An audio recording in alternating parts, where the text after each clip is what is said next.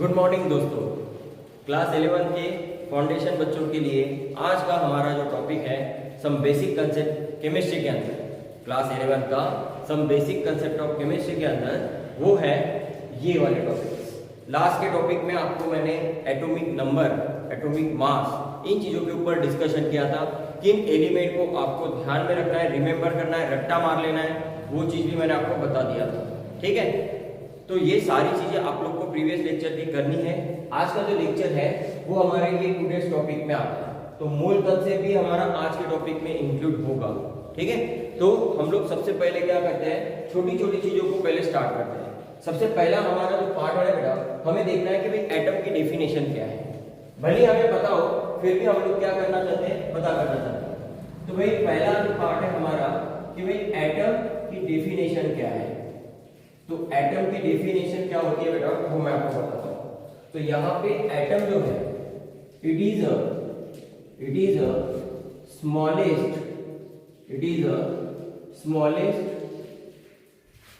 Part of an element which take part in a chemical reaction. मतलब क्या है बेटा कि एटम जो है एलिमेंट का एक छोटा सा हिस्सा है। जैसे बिल्डिंग का छोटा सा हिस्सा कौन है बेटा, ईंट है, बराबर है। क्या है छोटा सा हिस्सा उसका, बिल्डिंग का ईंट होता है। उसी तरीके से इस किसी भी एलिमेंट का छोटा हिस्सा कौन होता है, एटम होता है। तो हम लोग यहाँ पे क्या डिफाइन करते हैं कि atom is the smallest part of an element which take part in a chemical reaction. इसका मतलब एक चीज क्लियर हो गई कि जब भी कोई केमिकल रिएक्शन होती है तो उन केमिकल रिएक्शन में इन्वॉल्वमेंट किसका होता है बेटा, एटम्स का। ठीक है, तो एटम्स का इन्वॉल्वमेंट होता है किसके अंदर, केमिकल रिएक्शंस में। तो अभी मेन चीज क्या हो रहा है कि इसके अंदर ध्यान में रखने वाली चीज क्या है। तो ध्यान में रखने वाली चीज ये है बेटा कि भाई एटम जो है वो किसका स्मॉलेस्ट पार्ट है, एलिमेंट का। तो यहाँ पे आपको एक सिंपल मीनिंग समझ जाएगा कि ये जो मैंने बताया है ये कौन है, स्मॉलेस्ट पार्ट के बारे में बताया है, स्मॉलेस्ट पार्ट के बारे में। तो भाई एलिमेंट का छोटा हिस्सा कौन है, एटम है। तो ये एरो क्या दिखा रहा है कि भाई एलिमेंट का स्मॉलेस्ट पार्ट कौन है, एटम है। ठीक, तो ये हो गया हमारा एटम का डेफिनेशन, बराबर है। अब दूसरा है हमारा मॉलिक्यूल डेफिनेशन।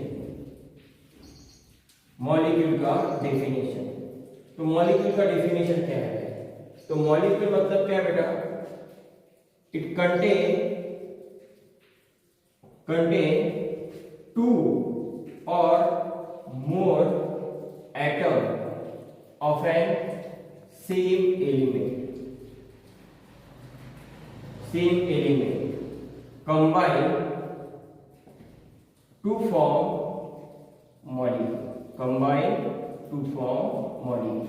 मतलब क्या बोला जाता है इसके अंदर कि मॉलिक्यूल कौन है बेटा, it contain two or more atom of an same element. मतलब सेम एलिमेंट के क्या रहेंगे, एक या एक से ज्यादा क्या रहेंगे, एटम्स रहेंगे।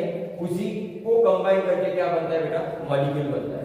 उसी को कंबाइन करके क्या बनाया जाता है यहाँ पे, मॉलिक्यूल। ठीक, अब एटम के आपको एलिमेंट कोई भी ले लो, X Y Z, sodium, potassium, chlorine, magnesium, या फिर हम लोग ने कल जो ग्रुप नंबर लिखे हुए थे वो सारे एलिमेंट्स ही है ना बेटा। तो वो सारे एलिमेंट एग्जांपल के तौर पे आप ले सकते हो किसके अंदर, एटम के डेफिनेशन में। तो उन सभी एलिमेंट का जो छोटा हिस्सा है हर एक एलिमेंट का, वो कौन होता है, एटम होता है।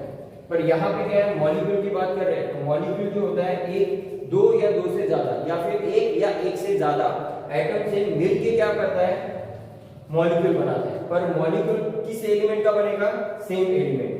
तो यहाँ पे अंडरलाइन करने वाली बात क्या है कि यहाँ पे सेम एलिमेंट का कंबाइन करके क्या बनाया जाता है, मॉलिक्यूल बनाया जाता है, बराबर। तो अभी हम लोग क्या कर रहे हैं कि भाई मॉलिक्यूल के अंदर हम लोग को लिखना है एटॉमिसिटी। मॉलिक्यूल के अंदर हम लोग को देखना है बेटा एटॉमिसिटी। तो एटॉमिसिटी जो है ये मॉलिक्यूल्स का ही पार्ट है। उसके अंदर आप लोग को एग्जांपल भी मिलेंगे कि कौन से टाइप के मॉलिक्यूल हो सकते हैं। ठीक, तो एटॉमिसिटी का मतलब क्या होता है वो पहले देख लेते हैं। Number of atom present in molecule, number of atom present in a molecule is called atomicity. Atomicity का डेफिनेशन या उसका मीनिंग क्या होता है कि number of atom present in molecule, कितने एटम मॉलिक्यूल के अंदर मौजूद होते हैं, उसी को हम लोग क्या लिखते हैं बेटा, एटॉमिसिटी लिखते हैं। क्या लिखते हैं, एटॉमिसिटी। तो कितने टाइप की एटॉमिसिटी होती है, ठीक है ना, कितने टाइप्स की एटॉमिसिटी होती है। तो पहला होता है बेटा मोनो एटॉमिक, मोनो एटॉमिक, तो पहला होता है मोनो एटॉमिक। फिर दूसरा होता है डाई एटॉमिक, ठीक है, डाई एटॉमिक। फिर तीसरा जो होता है वो होता है ट्राई एटॉमिक, ठीक। फिर चौथा होता है टेट्रा एटॉमिक। ये टाइप्स हो गए बेटा किसके, एटॉमिसिटी के। और ये एटॉमिसिटी किसको रिलेट कर रही है, मॉलिक्यूल को रिलेट कर रही है। मोनो एटॉमिक का मतलब क्या है बेटा, जिसके अंदर एक ही एटम है। डाई एटॉमिक का मतलब क्या है, जिसके अंदर दो एटम हो। ट्राई एटॉमिक का मतलब क्या है, जिसके अंदर तीन एटम हो। और टेट्रा एटॉमिक इसका मतलब क्या है, जिसके अंदर चार एटम है।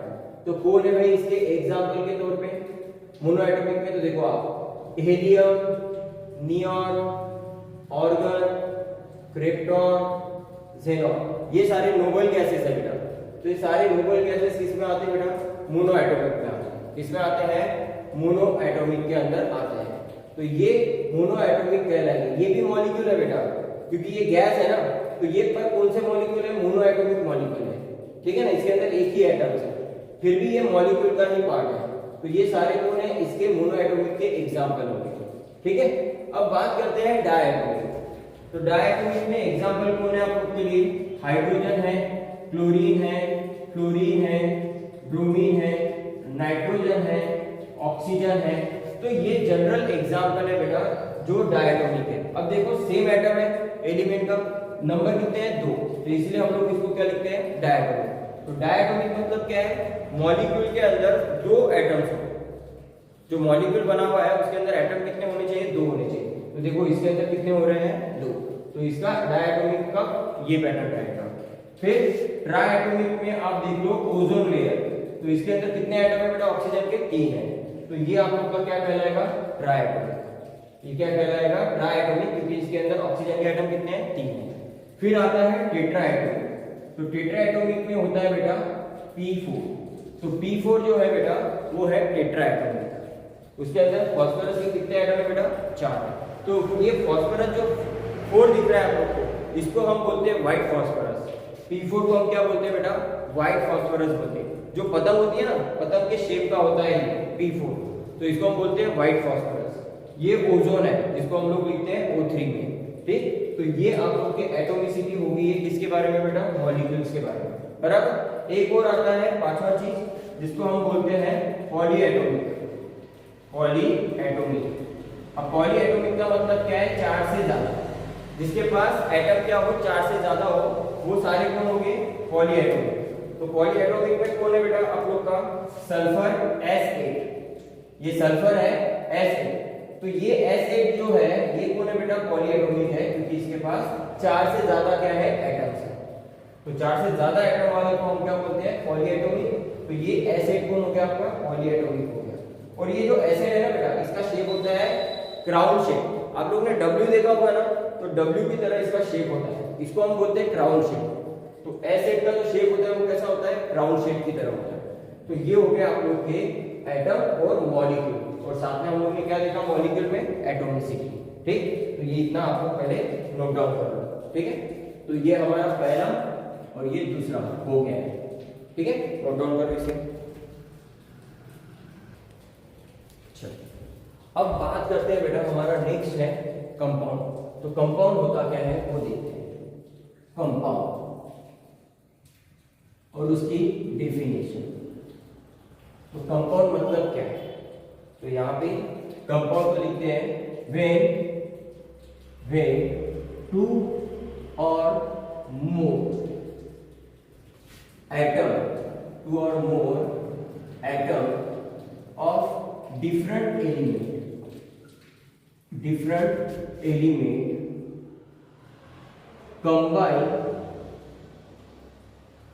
in a simple stoichiometric ratio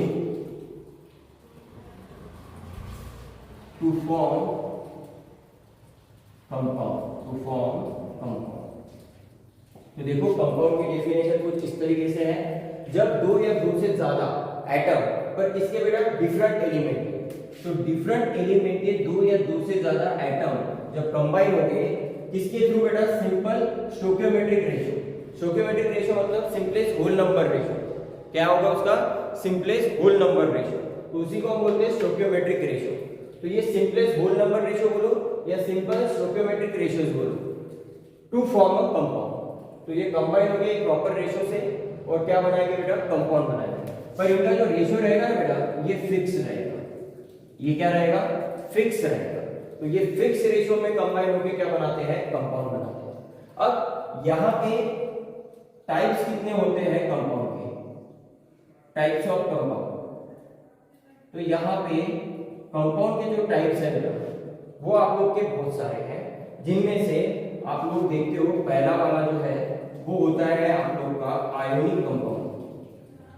ठीक है, पहला है बेटा आयोनिक कंपाउंड। ठीक, उसके बाद में दूसरा है बेटा कोवैलेंट कंपाउंड, दूसरा है कोवैलेंट कंपाउंड, और तीसरा है मेटालिक कंपाउंड, मेटालिक कंपाउंड। फिर उसके बाद में चौथा है मॉलिक्यूल कंपाउंड, या फिर हम लोग कोवैलेंट कंपाउंड लिख चुके हैं, मेटालिक कंपाउंड लिख चुके हैं, और उसके बाद में आता है कोऑर्डिनेट कंपाउंड, कोऑर्डिनेट कंपाउंड। ठीक, उसके बाद में आता है पांचवा ऑर्गेनिक कंपाउंड, ऑर्गेनिक कंपाउंड। तो ये सारे जो है ना बेटा, दीज आर द कंपाउंड, ये सारे कौन है, कंपाउंड्स हैं। अब ये ionic compound, covalent compound, metallic compound, coordinate compound, organic compound, ये सारे कौन है बेटा, कंपाउंड के टाइप्स हैं। और कंपाउंड के डेफिनेशन में क्या लिखा जाता है, दो या दो से ज्यादा एटम होने चाहिए पर डिफरेंट एलिमेंट के होने चाहिए, और वो कंबाइन करने चाहिए सिंपलेस्ट होल नंबर रेशियो या फिर सिंपलेस्ट स्टोइकियोमेट्रिक रेशियो से, जो फिक्स होना चाहिए, जिससे वो क्या बनाएंगे, कंपाउंड। आयनिक कंपाउंड के अंदर आयन्स होते हैं बेटा। ठीक, जैसे एग्जांपल तौर पे दे रहा हूं मैं, NaCl, KCl, ये सोडियम क्लोराइड, पोटेशियम क्लोराइड, फिर मैग्नीशियम क्लोराइड। तो ये सारे कौन है बेटा, आयोनिक कंपाउंड है। इसके अंदर कौन है, आयन्स है। तो ये सारे आयोनिक कंपाउंड हो गए। तो आयन्स मतलब कौन से हो गए बेटा, पॉजिटिव और नेगेटिव चार्ज वाले आयन्स, उसी को हम बोलते हैं बेटा आयोनिक कंपाउंड। तो ये आयोनिक कंपाउंड के एग्जांपल है। कोवैलेंट कंपाउंड कौन होते हैं आप लोग के, नॉन मेटल से जो बने हुए होते हैं। अब ये आयनिक कंपाउंड है ना, तो इसके अंदर पहले जो होगा वो मेटल रहेगा, देन रहेगा नॉन मेटल। इसके अंदर जब आयनिक कंपाउंड बनता है तो आयनिक कंपाउंड में पहला होता है मेटल, और फिर ऐड में साथ में कौन होता है उसके, नॉन मेटल। तो देखो ये पहले जो है ना, ये सारे मेटल्स हैं, पोटेशियम, सोडियम, ठीक है, ये मेटल्स हैं, और ये क्लोरीन, क्लोरीन और ये क्लोरीन कौन है बेटा, नॉन मेटल्स है। फिर कोवैलेंट कंपाउंड कौन है आपके, पूरे नॉन मेटल के बने हुए। तो कोवैलेंट कंपाउंड में देख लो CO2, ये कोवैलेंट कंपाउंड है, पर ये मॉलिक्यूलर कंपाउंड है। एक तरीके का ये क्या बोल सकते हैं, इसको मॉलिक्यूलर कंपाउंड भी बोलते हैं। तो ये कोवैलेंट कंपाउंड में आप देख लो, जैसे मैंने यहाँ पे दे दिया H2SO4, H2CO3, H2SO3, HNO3। तो ये सारे कौन है बेटा, कोवैलेंट कंपाउंड है। ये सारे कौन है, कोवैलेंट कंपाउंड है। और ये कोवैलेंट कंपाउंड होने की वजह से इनके अंदर आपको सभी में क्या मिलेगा, नॉन मेटल्स का कॉम्बिनेशन मिलेगा। तो ये सारे नॉन मेटल के कॉम्बिनेशंस हैं। ठीक है, तो कोवैलेंट कंपाउंड जो होता है, शेयरिंग करना, मतलब आपस में हम लोग कैसे टिफिन शेयर करते हैं, चीजें शेयर करते हैं, वैसे ये लोग क्या करते हैं, आपस में इलेक्ट्रॉन शेयर करते हैं। कंपाउंड बनाने के लिए ये लोग क्या करते हैं, आपस में इलेक्ट्रॉन शेयर करते हैं। इसलिए ये जो नॉन मेटल आप लोग को दिखाई दे रहे हैं, ये सारे कौन है, कोवैलेंट कंपाउंड्स हैं। फिर मेटालिक कंपाउंड कौन होंगे बेटा, मेटल्स के। ठीक, तो यहाँ पे सिर्फ कौन रहेगा, मेटल रहेगा, जैसे आयरन, मैग्नीशियम, एल्यूमिनियम, ठीक है, गोल्ड, प्लेटिनम, ये सारे कौन है, मेटल्स है। तो ये मेटालिक कंपाउंड रहेगा। इसके अंदर सिर्फ यही रहेगा, सिंगल सिंगल, इसके अंदर इस तरीके की या इस तरीके का नहीं रहेगा। ये सारे कौन है, मेटालिक कंपाउंड्स हैं। उसके बाद में कोऑर्डिनेट कंपाउंड कौन है आपका, जैसे ये एग्जांपल है फेमस NH4Cl अमोनियम क्लोराइड। तो ये अमोनियम क्लोराइड कौन है बेटा, कोऑर्डिनेट कंपाउंड है। और ये जो कोऑर्डिनेट कंपाउंड है ना बेटा, ये किसका कॉम्बिनेशन होता है जानते हो, पहला और दूसरे का। ठीक है, तो मैं यहाँ पे जो नंबर लिखे हुए हैं ना वो यहाँ पे मैं डाल रहा हूँ। तो 1 और 2 का जो कॉम्बिनेशन होता है, पहला और दूसरे का जो कॉम्बिनेशन है, ठीक है ना, वही हमारा कौन होगा, कोऑर्डिनेट कंपाउंड होगा। क्या होगा वो, कोऑर्डिनेट कंपाउंड। ठीक है, तो ये हमारे लिए क्या रहेगा बेटा, कोऑर्डिनेट कंपाउंड रहेगा। तो NH4Cl, फिर उसके बाद में CH3CO NH4, या फिर आप लोग सिंपल तरीके से क्या लिख सकते हो, ऐसे भी लिख सकते हो। NH4Cl भी एक बेस्ट एग्जांपल है जो इन दोनों का कॉम्बिनेशन है। ठीक है, इन दोनों का कॉम्बिनेशन है जिसके अंदर आयनिक एज वेल एज कोवैलेंट दोनों की प्रॉपर्टी होती है। ठीक, फिर ऑर्गेनिक कंपाउंड मतलब हाइड्रोकार्बन्स। जितने भी आप लोग ने 10th में ऑर्गेनिक कंपाउंड देखे हुए हैं ना, जो आप लोग पढ़ते हो कार्बन एंड कंपाउंड में, तो वो सारे ऑर्गेनिक कंपाउंड है। तो ऑर्गेनिक कंपाउंड में कौन होता है बेटा, कार्बन और उसके एटम्स होते हैं। तो कार्बन, हाइड्रोजन और ऑक्सीजन का जो कॉम्बिनेशन है वही आपके कौन है, ऑर्गेनिक कंपाउंड है।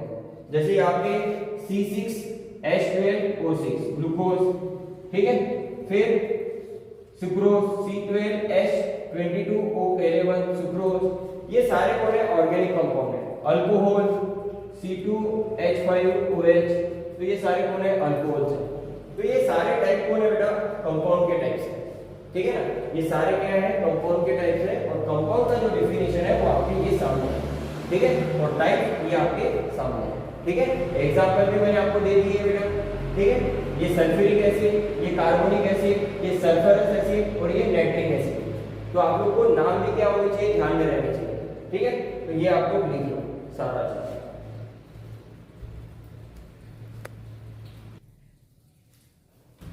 अब आ जाते हैं अब बेटा हमारे नेक्स्ट वाले टॉपिक के ऊपर। तो यहाँ पे देखो कंपाउंड हो गया। अब हमारा मॉलिक्यूलर मास क्या होता है ये देखते हैं हम लोग। तो हमारा नेक्स्ट टॉपिक है बेटा मॉलिक्यूलर मास। तो मॉलिक्यूलर मास मतलब क्या है, मॉलिक्यूलर मास मतलब क्या है, तो मॉलिक्यूलर मास मतलब क्या है बेटा, it is a sum of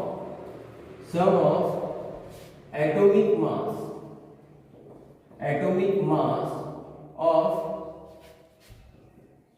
two or more element contained in a compound with multiply by number of atom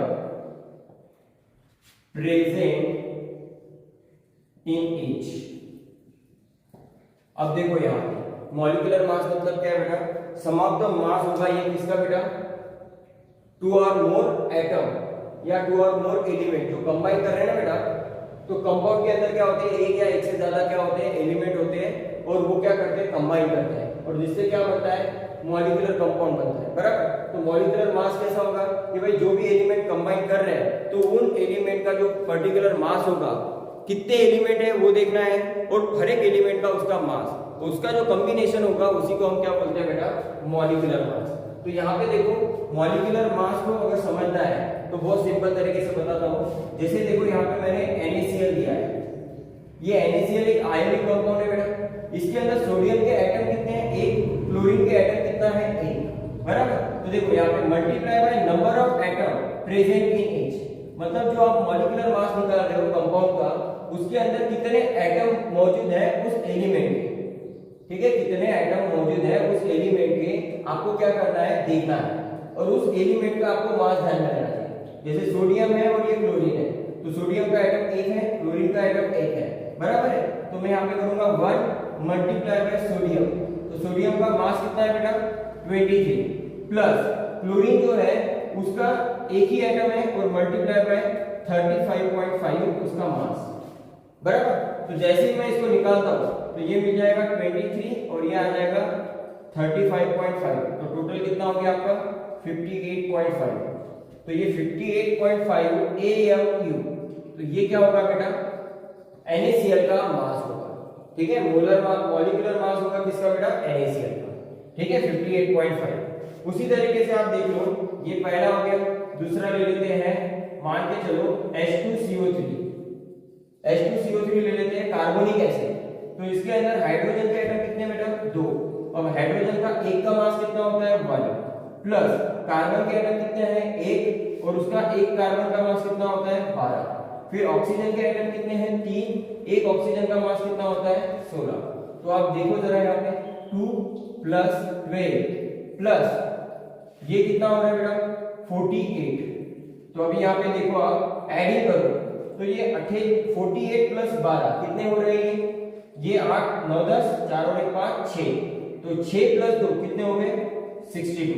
तो 62 AMU क्या होगा बेटा? इसका मास होगा। तो ये मोलर मास है, मॉलिक्यूलर मास है बेटा किसका? कार्बोनिक एसिड का। और ये मॉलिक्यूलर मास है बेटा किसका? NaCl का, सोडियम क्लोराइड का। बराबर। और एग्जांपल ले लेते हैं, तीसरा एग्जांपल लेते हैं बेटा सल्फ्यूरिक एसिड H2SO। ये सल्फ्यूरिक एसिड है। अब इसके अंदर हाइड्रोजन के एटम कितने हैं? 1 2 है, तो 2 × एक हाइड्रोजन का मास कितना होता है? 1 प्लस सल्फर के एटम कितने हैं? 1, तो 1 का मास कितना होता है सल्फर का? 32। ऑक्सीजन के एटम कितने हैं? 4 × एक ऑक्सीजन का मास कितना होता है? 16। तो आप देख लो यहाँ पे कॉम्बिनेशन 2 + 32 प्लस ये आ जाएगा 64। तो देखो आप टोटल कितना आ रहा है? ये 32 और ये हो गए 34। तो 34 + 64 कितना हो रहा है हमारे पास? 98। तो 98 AMU जो होगा वो सल्फ्यूरिक एसिड का क्या रहेगा बेटा? मोलिकुलर मास रहेगा। क्या रहेगा वो? उसका मॉलिक्यूलर मास। ठीक है। तो इस तरीके से हम लोग क्या कर सकते हैं? मॉलिक्यूलर मास क्या है? निकाल सकते हैं। उसी तरीके से चौथा आप और लेना चाहते हो तो आप ले लो नाइट्रिक एसिड HNO3। बराबर है। तो नाइट्रिक एसिड के अंदर हाइड्रोजन कितना है बेटा? एक ही है। उसके बाद में नाइट्रोजन कितने हैं? एक ही है। तो नाइट्रोजन का मास 14। ऑक्सीजन के एटम कितने हैं? 3, तो 3 × 16। तो देखो यहाँ पे 14 + 1 कितना हो गया? 15। और ये कितना हो रहा है? 48। तो कितना बच रहा है हमारे पास? 8 9 10 ये 3 4 और 1 5 और 1 6। तो 63 AMU जो होगा वो HNO3 का क्या रहेगा बेटा? मास रहेगा। ठीक है। तो देख लो आप लोग, बराबर 63 AMU। तो ये इसका क्या रहेगा बेटा? मॉलिक्यूलर मास रहेगा। तो इस तरीके से आप लोग क्या कर सकते हो? मॉलिक्यूलर मास निकाल सकते हो। तो ये डेफिनेशन में क्या होता है? Sum of the atomic mass of each 2 or more element present in a compound. तो ये कहां होते हैं बेटा? कंपाउंड के अंदर प्रेजेंट होते हैं with multiply by number of atom present in each. अगर आपको ऐसा डेफिनेशन नहीं लिखना है तो हम लोग एक सिंपल डेफिनेशन भी क्या कर सकते हैं? बना सकते हैं। तो कि सिंपल डेफिनेशन कैसे बन जाएगी? यहां पे सिंपल डेफिनेशन अगर बनानी है तो sum of the mass, sum of the atomic mass, sum of the atomic mass of each element present in compound with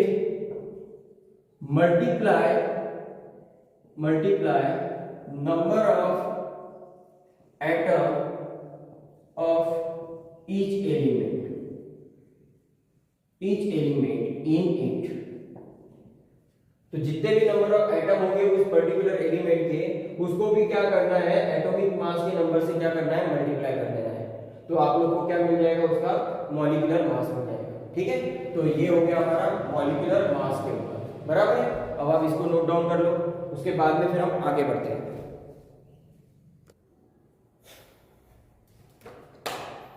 चलो बेटा अब आ जाते हैं हमारे नेक्स्ट पॉइंट के ऊपर।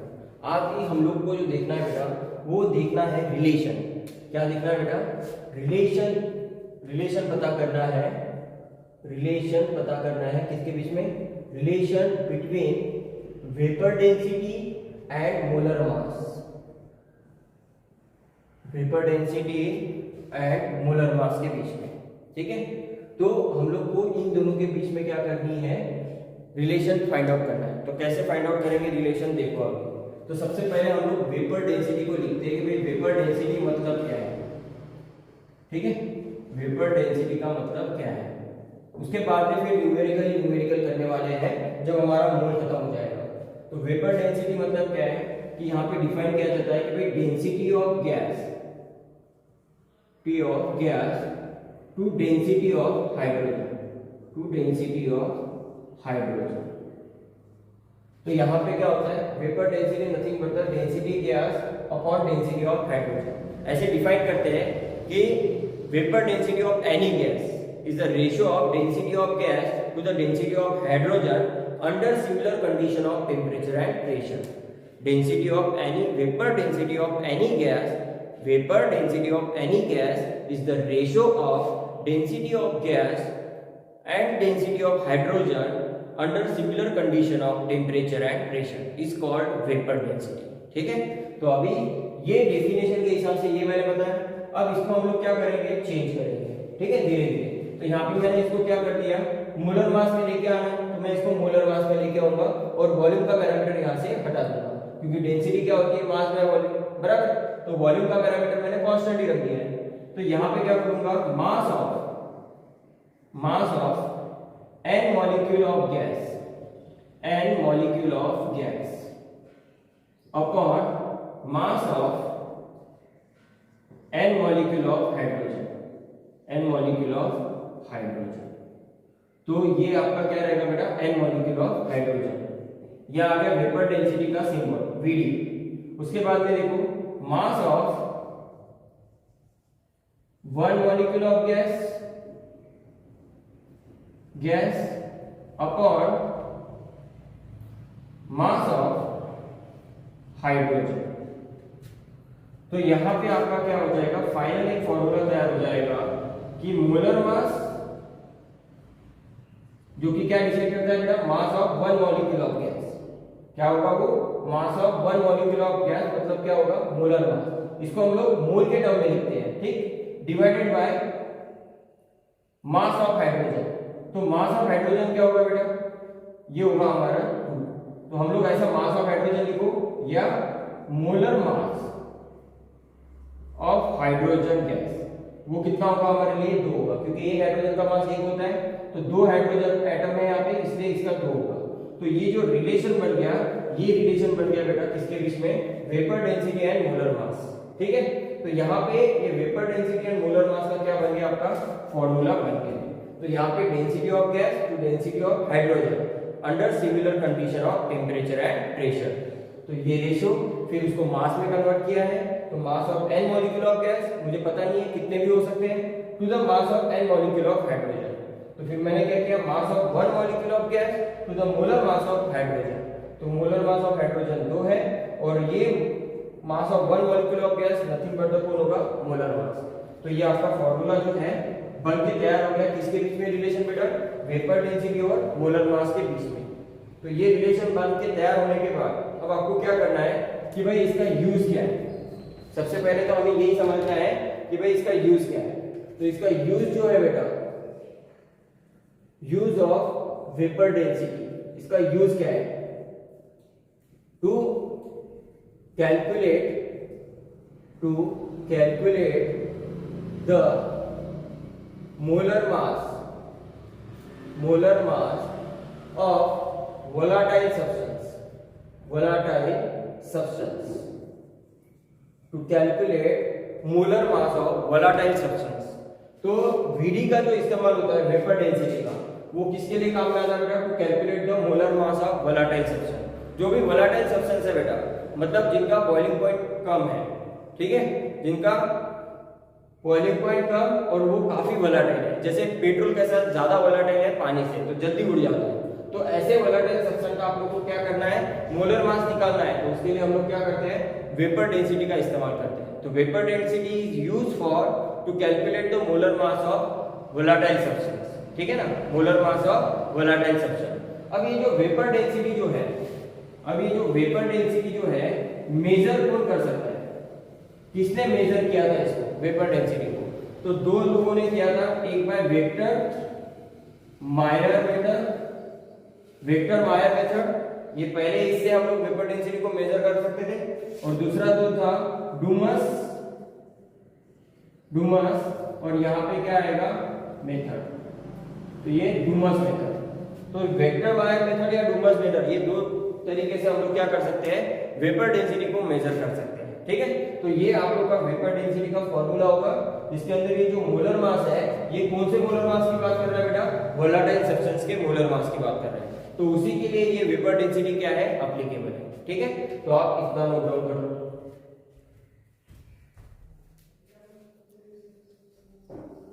ठीक, अब यहाँ पे देखो ये सारी चीज आप लोग जब नोट डाउन कर लोगे, ठीक है, तो आज के टॉपिक में हमारा इतना ही है बेटा। आज के टॉपिक में हम लोग ने relation between vapour density and molar mass यहाँ तक के देख लिया है हम लोगों ने। तो आज के लेक्चर में हम लोग इतना ही रखते हैं। ठीक है, उसके साथ में मैं आपको एक एडिशनल चीज और बता देता हूँ इसके अंदर ही। ठीक है, इसके अंदर ही मैं क्या करता हूँ, एक एडिशनल चीज आपको और बता देता हूँ, ताकि यहाँ पे मास का जो सारे टर्म्स है वो पूरे क्या हो गए, कंप्लीट हो जाएंगे। ठीक है ना, सारे क्या हो जाएंगे यहाँ पे, वो कंप्लीट हो जाएंगे। देखो किस तरीके से,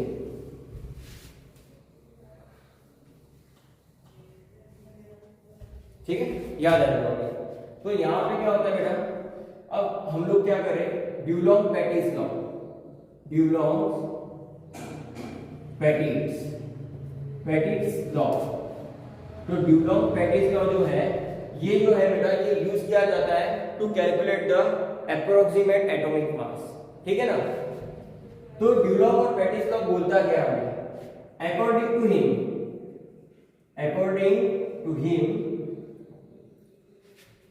it is a sum of atomic mass and specific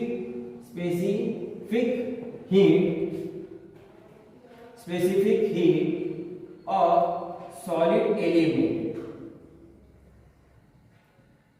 is approximately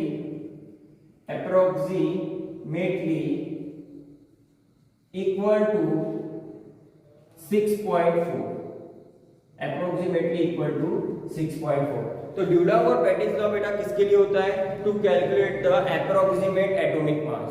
ठीक है ना, एप्रोक्सीमेट एटॉमिक मास को निकालने के लिए हम लोग ड्यूलॉन्ग एंड पैटिस लॉ को क्या करते हैं, यूज करते हैं। ठीक है, तो यहाँ पे आप देखो ड्यूलॉन्ग और पैटिस लॉ का क्या है भाई, कि it is the sum of the product of atomic mass and specific heat of solid element. Sum of the product of atomic mass, यहाँ पे मैंने मास कितना भूल गया, sum of the product of atomic mass